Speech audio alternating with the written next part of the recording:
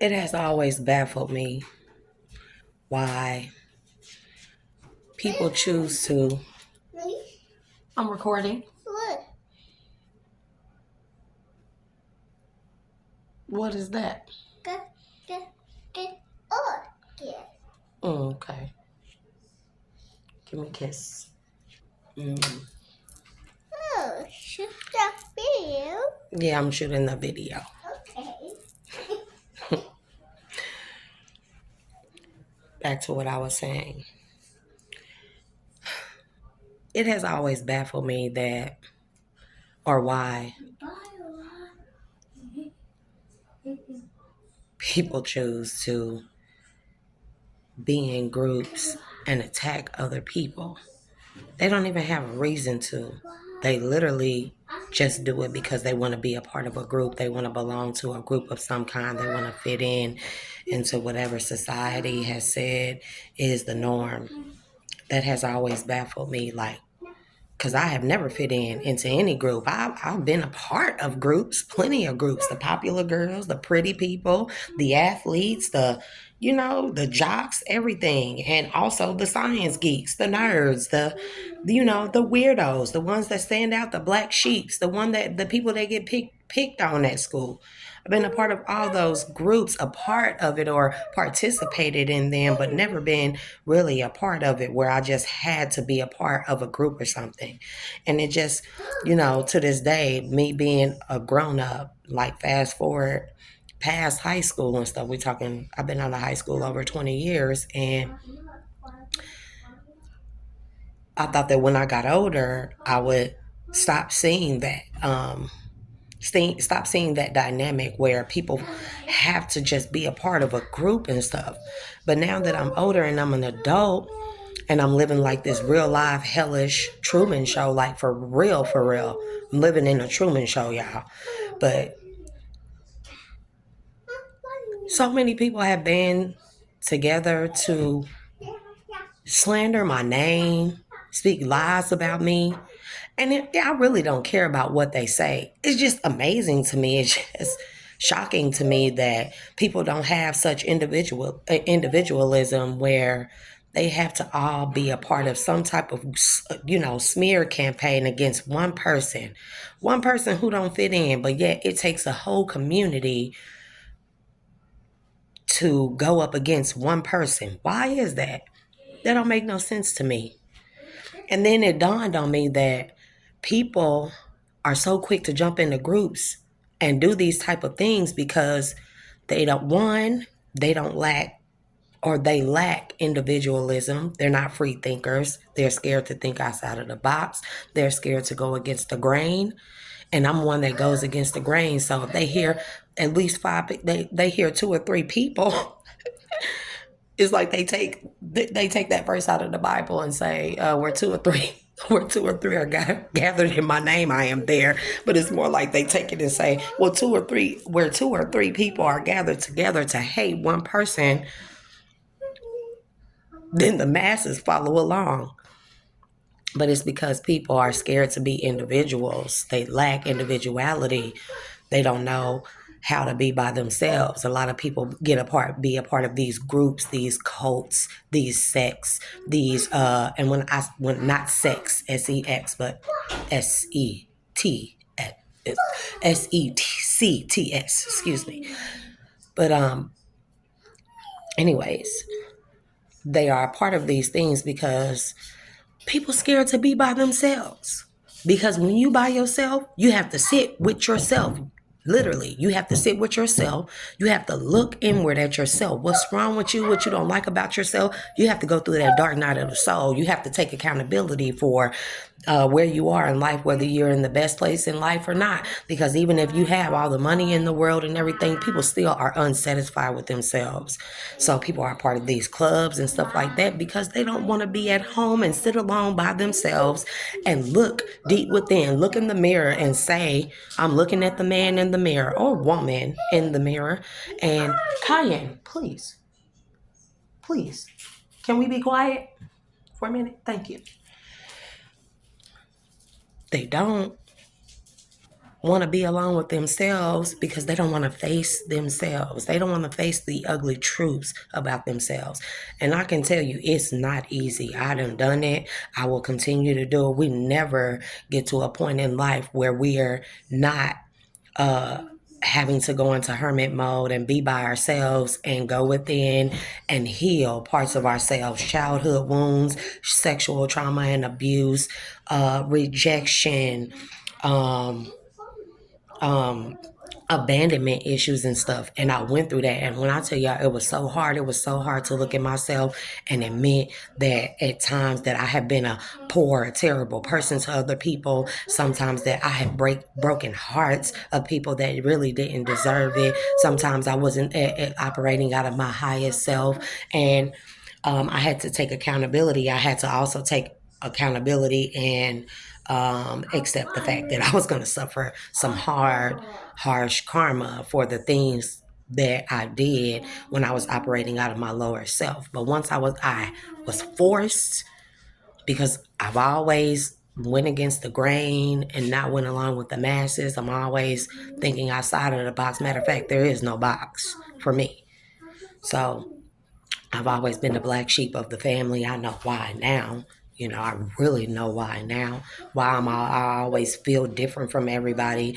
No matter, I can be in a group of the people who look the same, talk the same, and act the same, but the energy is never the same. So when I was forced to go into hermit mode and be by myself, y'all, it was ugly. I sat up in here and cried all the time. I sat around and I was angry, so angry at nobody else but myself. No matter what happened to me, I took accountability for the role that I played and whatever suffering that I have went through, even if it don't seem like from the outside looking in that things were my fault, or from the inside looking out that it was my fault. I still took accountability in the relationships that I've been in, and the way I chose to parent at times, how I put others before me all the time because I just wanted to be accepted. I just wanted people to look at me and say she is like us, because I have never fit in. And so I made very poor choices, trying to be a part of groups and stuff, and then only to realize that I put myself in those positions. I had the discernment to make the choice to not make poor decisions and operate out of my lower self or out of my shadow self, because we can operate out of our shadow self, but we have to find balance, a duality between light and dark. We use our shadow self when it's necessary, like during that dark night of the soul, when we need to do that inner healing, healing the inner child, because I think that is one of the biggest things in life, biggest lessons in life. Hey, again, go out, go back there, go back to one of the rooms. Bye. Where was I at? Because this boy distracts me. He up all night. He just be up. And then kids always want to come right in the room that you're in. It'd be 1,000 other rooms, and they want to come where you are when you on the phone with somebody or when you're recording. So, anyways, that's my laughter right there. That's my happiness. I had to find my happiness, and after taking accountability and doing that self-reflection, which it was not easy, but everybody got to do it. And when you don't do it, you end up staying in your shadow self, and you don't add to the healing of the world. You add to the pain and the hurt of the world. And then that just further makes you feel even worse, whether you realize it or not. And you continue to operate in your lowest self. And eventually a lot of people, because they want to be a part of a clique or be accepted some kind of way, because they don't want to be alone. They don't want to look at themselves and accept the ugly parts of them. But we have to accept ourselves in totality, the good and the bad, the beautiful and the ugly. And when we are a part of these cliques, we are not doing the inner healing. And so those wounds remain unhealed. they remain open wounds. And then whenever someone who is healed, an unhealed person encounters a healed person, that unhealed person's wounds are triggered. And then they decide that they hate that person. That's when people say stuff like, your light irritates people's demons. Those demons are the unhealed wounds. And then there are spiritual demons that actually attach themselves to the unhealed. Kyan, bye. Bye. Or be quiet. And I'm not playing. There are actual entities and demons and energies, vibrational, lower dimensional forms and energies and entities that actually attach themselves to them unhealed wounds. When you go so long with them wounds being unhealed, unaddressed, entities they attach themselves to that portion of you, and then they feed on that, and then they magnify that in you. So then when these groups of people who are all unhealed come across one person who is healed, and I'm not even all the way healed, but just healed in areas where they have failed to heal themselves, where they have feared so much to heal, then my light irritates their demons. And they decide that they all want to get together and they want to ruin my life because, hey, she thinks she's this. She walks around with this smile and this attitude and this energy where she thinks she's better than us. And really, I don't think I'm better than anyone. Really, I don't see in me what other people see in me. I'm still trying. That's another unhealed wound. I don't see in me what other people see in me. I know that there's light there. I know that there's beauty there. But I just don't see what other people see in me enough for them to hate me, enough for people to make a whole group, religious people, spiritual people, so-called spiritual people, whatever you want to call yourselves, professional people, people with white collar jobs, blue collar jobs, government officials, police officers, children, parents. They see something in me that I have yet to see myself. But anyways, it's enough to make them decide that they're all going to band together and come together in a group and destroy my life. And I don't even have as much as these people. People don't know how hard I have had to work just to get to where I am, only to realize that my own family, the people closest to me, my so-called best friends, they've been behind me all this time, knocking me down. They in my face saying, yeah, we support you. We pushing you forward. We are there for you the whole time. Go for it. But really, they behind my back and they the main ones that done orchestrated the groups against me.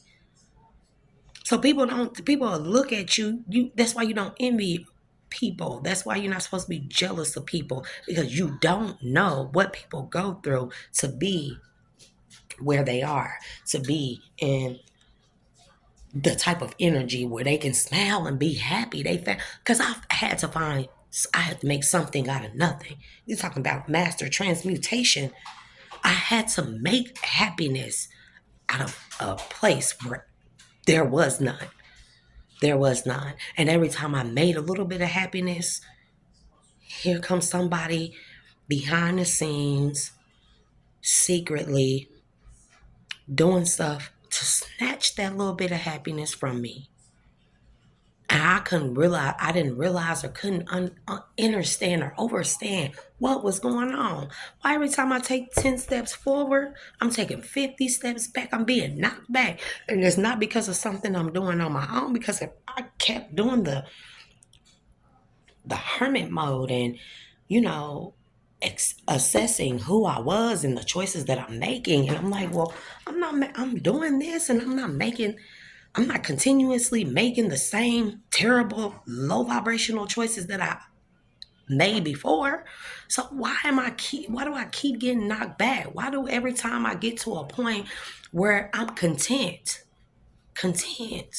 with how hard I have worked to just come up out of a darkness, I'm getting knocked back further into that darkness.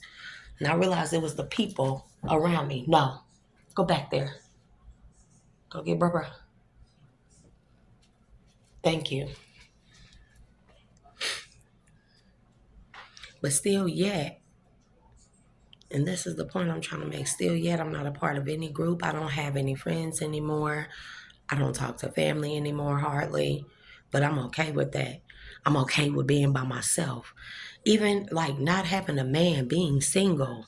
I've been single for almost a year now. Abstinent, celibate for almost a year now. And one second. And I'm okay with that. I done came to the conclusion that it's not that I don't need a man. I definitely want a man. I definitely need a counterpart. But I've come to the conclusion and accepted the fact that maybe I might die alone, but that's okay. Am I gonna be miserable and bitter? Of course not. I'm not gonna live my life like that, because I look at the people that live their life like that. And those be the main people that be a part of these groups that want to destroy people like me, who dare to be different, and how dare she not need a man. She has children, and how dare she not need a man. How dare she be okay with not being in a relationship with a SHI, you know what, TY person